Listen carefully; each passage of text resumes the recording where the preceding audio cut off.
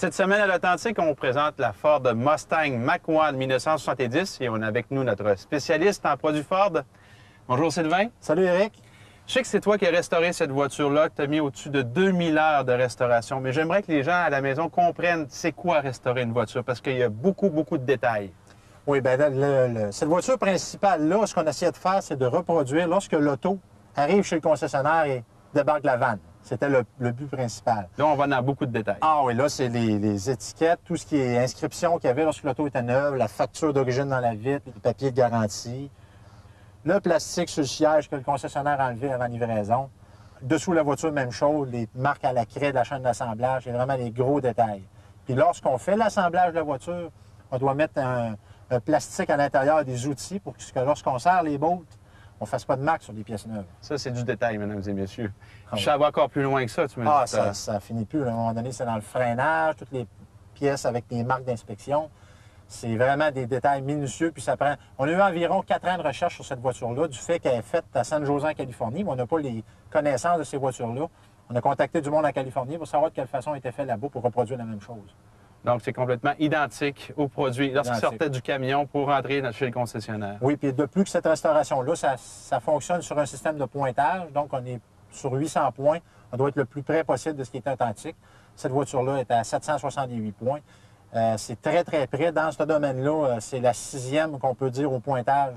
Au monde? Au monde, parce qu'il faut comprendre que plus on met la voiture belle, plus on perd des points. Donc, il faut faire les mêmes erreurs que Ford.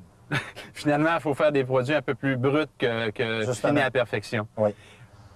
Au niveau mécanique, Ford offrait une panoplie de moteurs en 70. Oui.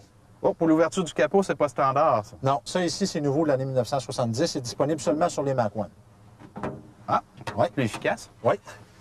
C'est quoi les moteurs on offrait aux gens en 70? Bien, ça partait du 6 cylindres à les virer jusqu'au 428 pouces cubes. Donc, il y a le 6 cylindres, le 302, le 351 Windsor, le 351 Cleveland, le 428 Cobra Jet. Puis, dans d'autres modèles de carrosserie, il y avait le Boss 302 et le Boss 429. Donc, le client avait vraiment le choix. Ah oui, c'était énorme cette année-là. La nuance entre Cleveland et Windsor, pour ceux qui connaissent vraiment ce type de véhicule-là, c'est quoi les grandes différences au point de vue mécanique?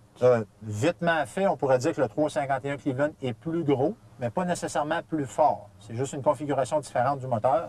Le moteur est arrivé en janvier 70, donc il a remplacé le 351 Windsor, mais si on parle techniquement parlant, les têtes sont plus grosses sur un 351 Cleveland, donc plus de possibilités au niveau potentiel. D'ailleurs, utilisé par les courseurs plus tard pour faire des moteurs modifiés. Le 351 Cleveland était la source même avec les grosses valves. Là. Un meilleur potentiel pour la course automobile. Oui. Regardez, on parlait de détails tout à l'heure, on parlait de détails au niveau de la restauration. On en a un autre sous le capot ici. Oui. C'est une anecdote qui vient avec ça. Hein? Oui, c'est que lorsqu'on a fait faire, il y a le nom inscrit de la personne de la chaîne d'assemblage qui vérifie la peinture à San Jose, en Californie. Pour faire la même grosseur de temple, lorsqu'on est allé voir le sous-traitant pour le faire, on est obligé de faire reprendre les tempes parce que lorsqu'on l'écrasait, pour écrire le nom de la personne, les caractères étaient trop gros. On fait reprendre les tempes pour que lorsqu'on l'écrase, elle vienne à bonne grosseur. C'est très minutieux dans ces détails-là. Et ça, c'est du détail, mesdames et messieurs. Est-ce qu'on pourrait aller faire une petite balade ensemble? Certainement. Je pense que je vais conduire ce coup-là. Président. Merci.